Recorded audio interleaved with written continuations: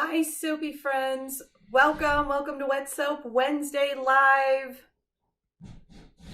All right, so today I am pretty excited. We are going to be talking about uncolored soap. That's right, soap without any colors. I do have some soap here. We'll be looking at these.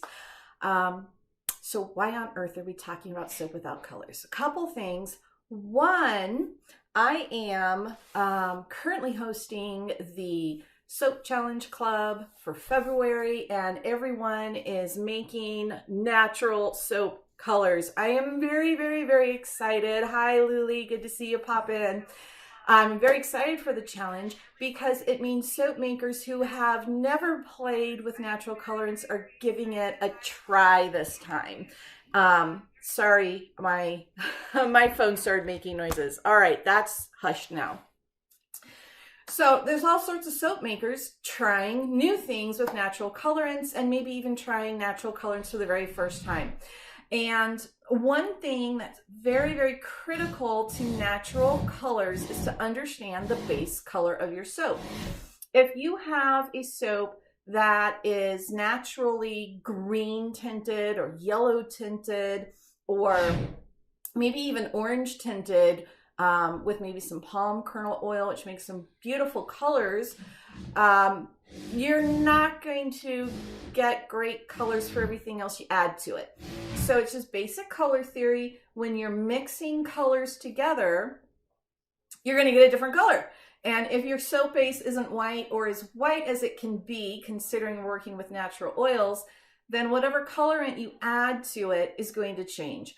I think probably the most common kind of concern people run into with it is when using indigo and they're expecting this great blue, and they've got the perfect indigo, they got the right powder, they took the Always Indigo masterclass, they know exactly what they're doing, and yet the blue is not very blue. It's somewhere maybe kind of tealish or maybe almost greenish, and it's just not quite what they wanted. And it's probably because their base oils are affecting the color of the additives, the indigo.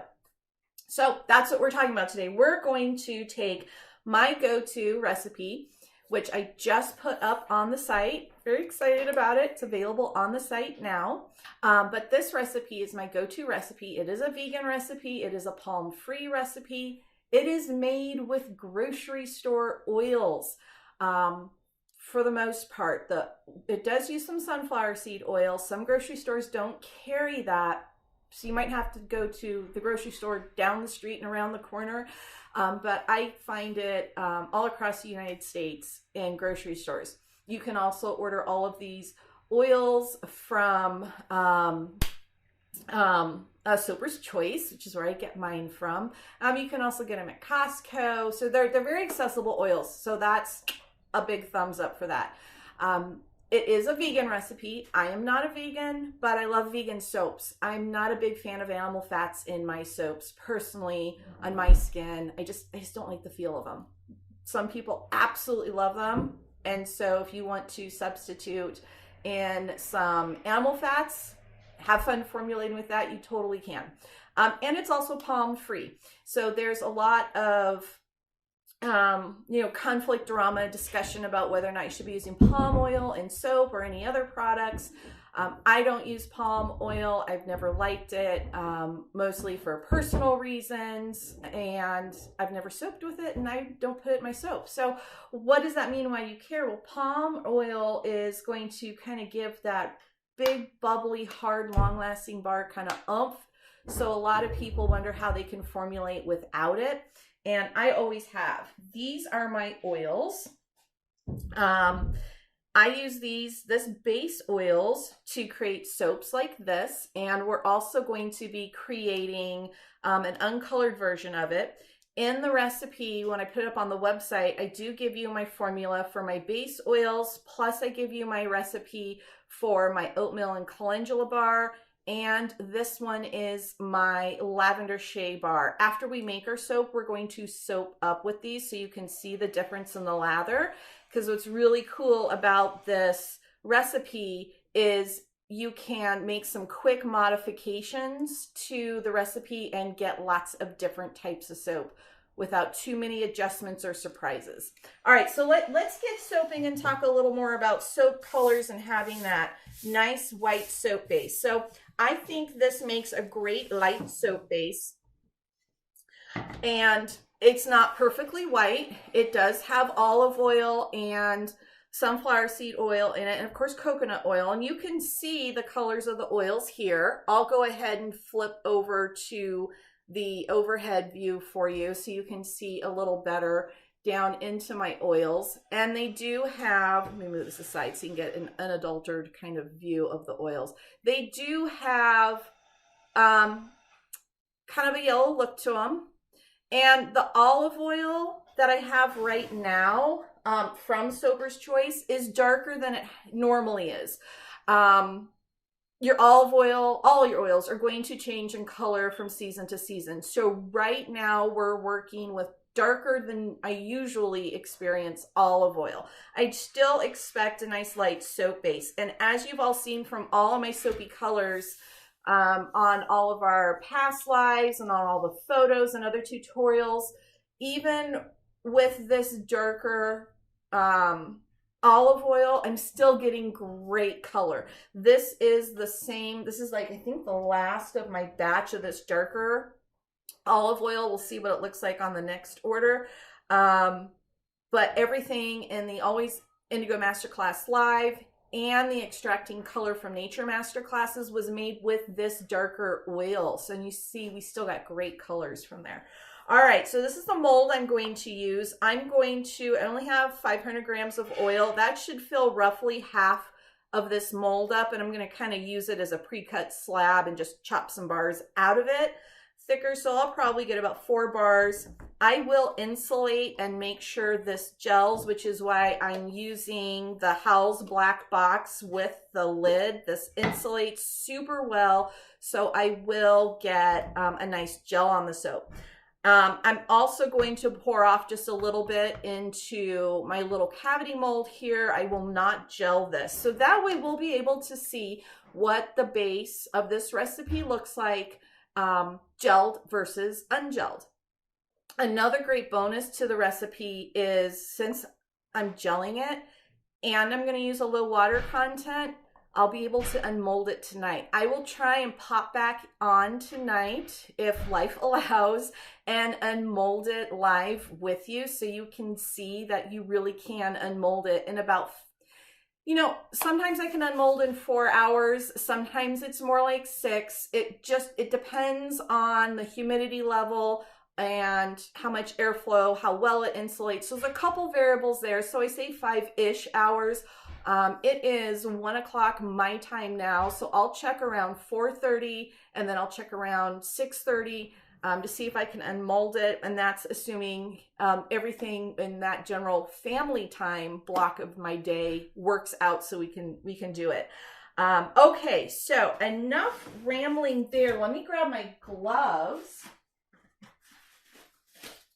And if anyone has any questions about the recipe or modifications as we go along, feel free to pop them into the chat. Let's see, Beryl, you said yours looks purplish. Is that your olive oil that you're talking about looks purplish? Or are you talking about if I was holding this bar up? This is an end cut that the top of my pipe didn't gel so well, so I have a lighter color, but that's the anti-alkanet. We looked at that last week, a larger bar of it that did gel, and we got more of a purple. Oh, your indigo looks purple. Ah, yes, your indigo looking purple. You're probably not using Indigo Ferritinctoria. We can chat more about that over in the group if you want to pop a picture in and let me know exactly which indigo you're using, because there is a lot of fun with that. All right, so here's my pre-measured oils: olive oil, sunflower seed oil, and coconut oil. Full recipe up on the website. I'm looking for my lye solution. I set it aside so that I wouldn't spill anything. I was also going to take some temperatures for you. When I soap, I like to room temperature soap. I I like to soap without thinking too much. This is 96 degrees. I did warm this up just enough to allow the coconut oil to melt. I could have just used my stick blender for that, but I didn't want to wait an extra long time to get to a light trace while we were on the live. But you can, and there are instructions in the recipe for if you don't want to heat your oils up, that's fine. You just use a hot lye solution to kind of, you know, do a little heat transfer with it. And we're at about 95 here, and my lye solution is about 110 to 112, depending on which side of the stainless steel container I measured off of. So yeah, if you want to control your trace with this formula, and you can do this with all formulas, just control your temperatures that you're soaping at. But what I like about this recipe versus others that I've worked with is I don't get any surprises. It kind of just performs so well all the time. If I raise the temperatures, it accelerates the trace at an expected rate. So it's not like, oh, it used to, you know, be super slow, but if you raise it to 100 degrees, it's bam, soap on a stick. It's all very consistent in that increase of temperature to increase of trace. So now that I've added my lye, we're sitting here at 98, 99. So it's going to continue to increase in heat and temperature because we have a chemical reaction happening now. I've dispersed that lye pretty well, given a nice stir. Let's see if I can manage to avoid some air bubbles, just because, you know, why not? I know I always said I don't care about those air bubbles, but sometimes you just get them. Okay. Seems nicely burped. And Beryl, you just said your indigos from Ann George. Well, we will have to chat more about that. All right. There, you see that green change that I've been getting lately? That is from that darker olive oil. And it really pops out, as you've seen in some of the lives over the last couple months. I add the essential oils. Anything I've added essential oil to, that kind of green tinge in there just like jumps out, almost bluish. But it all fades out because it's from that olive oil. That's just a bit darker this time around. I do use the extra virgin organic olive oil from Soaper's Choice.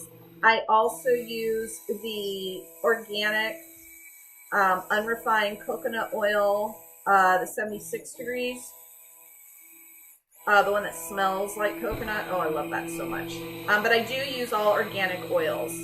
And there we go. We've already got a trace. Look at that. That took like no time at all. Oh my gosh. I am going to just stir this for a minute and make sure I have a very, very light trace. All right, since I'm going to pour some into a cavity mold and not gel it, I'm going to bring it to a slightly thicker trace. The reason being is that will help prevent some soda ash. Could have left the stick blender in there. Okay, just another second here.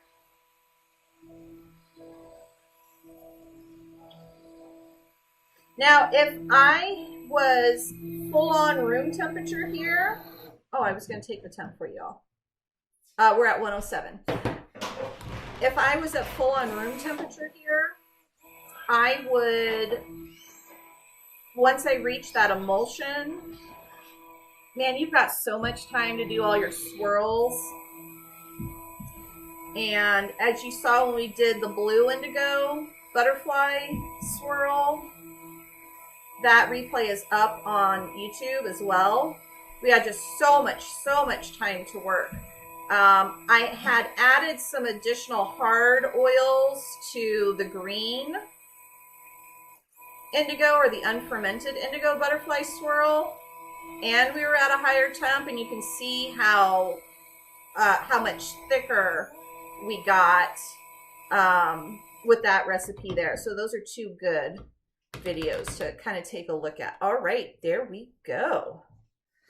Just a little bit of a thicker trace, but this is so well behaved. You can really do a lot of mixing and blending, setting up your swirls, all without it getting too thick. Now, remember, if you're adding some essential oils, that trace, or that accelerate trace, that's going to change everything, no matter what recipe you're using. Let me just pour off one of these. Oh, side-handed reach. There we go. Oh, maybe two of them.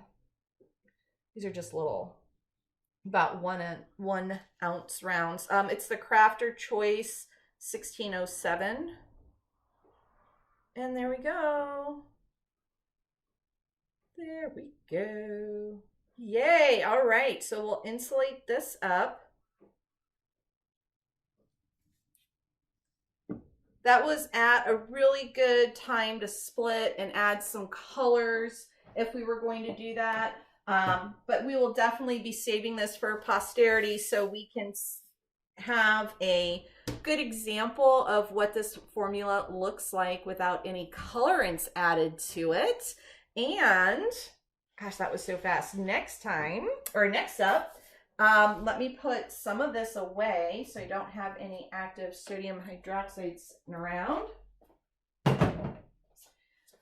Next up, I'm gonna wash my hands for you. The lather on this is really great. I was very nervous when changing my recipe to use the sunflower seed oil, because I knew my bars lasted a really long time. And that's because of the balance of the olive oil and coconut oil I had. And I really wanted to keep that aspect of my soap. But I also wanted to explore using the sunflower seed oil. And that had, at the time, had a lot to do with costs. It's cheap. It's cheap. It's a cheap oil. I don't remember offhand what the difference between the olive oil was, but at the time, I mean, it was a significant cost reduction on my bar for production. And these are my two most popular bars over on my retail site, Alo Goods. I have my pure oatmeal and calendula bar, and then this is my lavender and shea butter bar, and you can use this one as a shave soap. I have lots of customers that use this to shave. That was not an intentional formulation. That was accidentally discovered, kind of sort of accidentally. My daughter let me know about it, that she uses this to shave all the time. And so I'm like, what? Went and played with it. And yeah, you can definitely shave with it. We'll look at that in a minute. But first, let's just look at the lather on this bar here. Oh good, my water's still warm. I was worried I was gonna have to wash my hands with cold water. Let me just get that bar wet. But look at that. Look at that, immediate. Check that out. I love the lather on this. I'm just gonna set them there. Look at that. And then with more water, you'll get bigger bubbles. We're just doing a little, there we go. We got some of those bigger bubbles going. But it's an immediate lather, takes almost nothing to work up. The oatmeal and calendula bar recipe, as I said, is included when you purchase my go-to vegan palm-free soap recipe. And it is one of my best sellers. It has a nice earthy aroma to it from the oatmeal, and it's a very silky, soft wash. This bar is not drying at all. In the shower, this bar lasts me, going to say 6 to 8 weeks. It lasts a really long time. All right, so let's try this one. So this is an uncut, and I'm nervous about showing the lather on this one to you because it's not fully cured. But I just grabbed one, but let's go ahead and try it. So this is the one it's the base recipe with shea butter added to it. And here we go. The lather on this one is very lotion-like at a full cure. Fingers crossed we're gonna get there. It does take a minute to get going. I think all shave soaps do. There you go, you see it? Can you see that very well? It's hard to see the color contrast with my overhead light here. Okay. But there you go. Oh yeah, I think you can see that, right? My hands look so pink. You can even see the kind of lotion on the bar. It's that shea butter. Oh, and this does get even better at a full cure. It is a little looser right now than at a full cure. I will also link to you. I have a customer who loves using this to shave. And it is not, I'm talking in 5,000 ways all over the place. I have a customer that likes to use this to shave, and he absolutely swears by it. And it is not, as you can see, it is not like shaving cream thick lather, but it's very lotion-like, and it's very smooth, and it does work really well with a shave brush. But yeah, so stumbled across a shaveable lather soap. And I always say it's shaveable. It is not a shaving soap. You are not going to get a mound of lather that stands up like shaving cream. But the shave that you get when you're using this bar is awesome. And it's really the stearic acid content from the base oils and that lovely shea butter. I do have a little bit higher super fat on this bar, but all of that's included in the recipe. And that's about everything I had planned for y'all today. I'm gonna check the comments one more time, and Beryl, please let me know about your indigo and the purpliness of the indigo. And I will pop back in at about 5-ish hours, assuming life plays well, and we'll unmold this, because I unmold this soap typically the same day I make it. Okay, so this is the soap we made at 1:30, and it is, well, we put it in the mold. I put everything, was done with the live stream at 1:30, and it is 6 o'clock now, so we're just about 5-ish, like I said, 5-ish hours. Okay, so this gelled in the mold. This one didn't, and I did test. So these, I'll unmold these tomorrow, but look, it's still, I should have used a glove. That's still goopy soap on there. These are not ready to unmold by any means. Still goopy. Cannot unmold those. Those did not gel. Oh, and you can see that kind of lather still sitting on the soap. Yeah, I really love the lather of that shea butter in there. All right, let me set those aside. And let's go ahead and unmold this.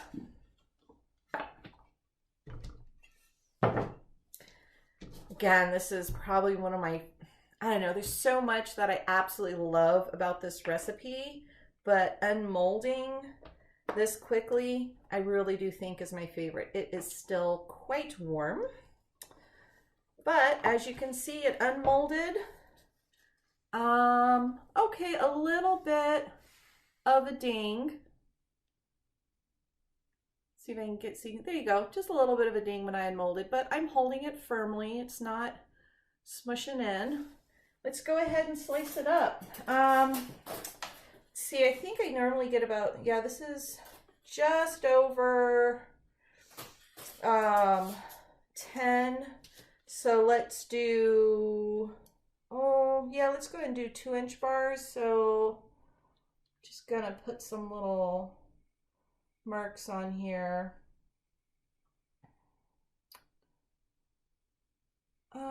You know what? I think I'm gonna cut the edge off. Let's cut the edge off and then we'll just do 2-inch cuts. Let's do that. That way I'll get,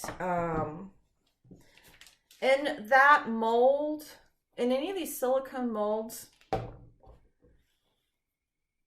these thinner silicone molds, well, they are very shiny on the inside, and with silicone, that shininess transfers to the soap. So if it was more of a matte, it'd be the same color as the inside, but I always have a little bit of something a bit too, I don't need that, too shiny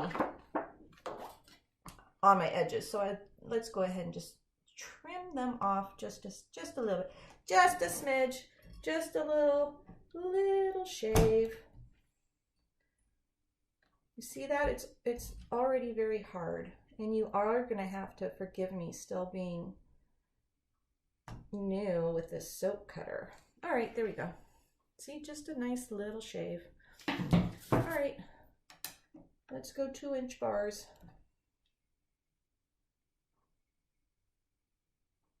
I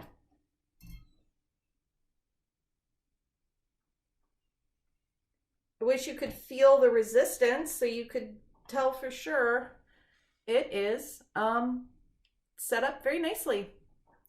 Looks like it could gel a little bit more. I'll just wrap it up while I am letting it set up overnight. But if you do need to increase production, you sure can. The nice thing, sorry, I'll finish one thought before I go on to the next. If you do need to speed up production by cutting and pouring into the same day, it definitely is possible. And another thing that's really nice about this recipe is I don't have to cut it if I wanted to. And oftentimes, you know, you'll make soap towards the end of the day and not be able to cut it until the next day. That is just fine too with this recipe. You have seen me cut some of these a full week later. Now, for that full week, I did wrap it a bit and let it keep it from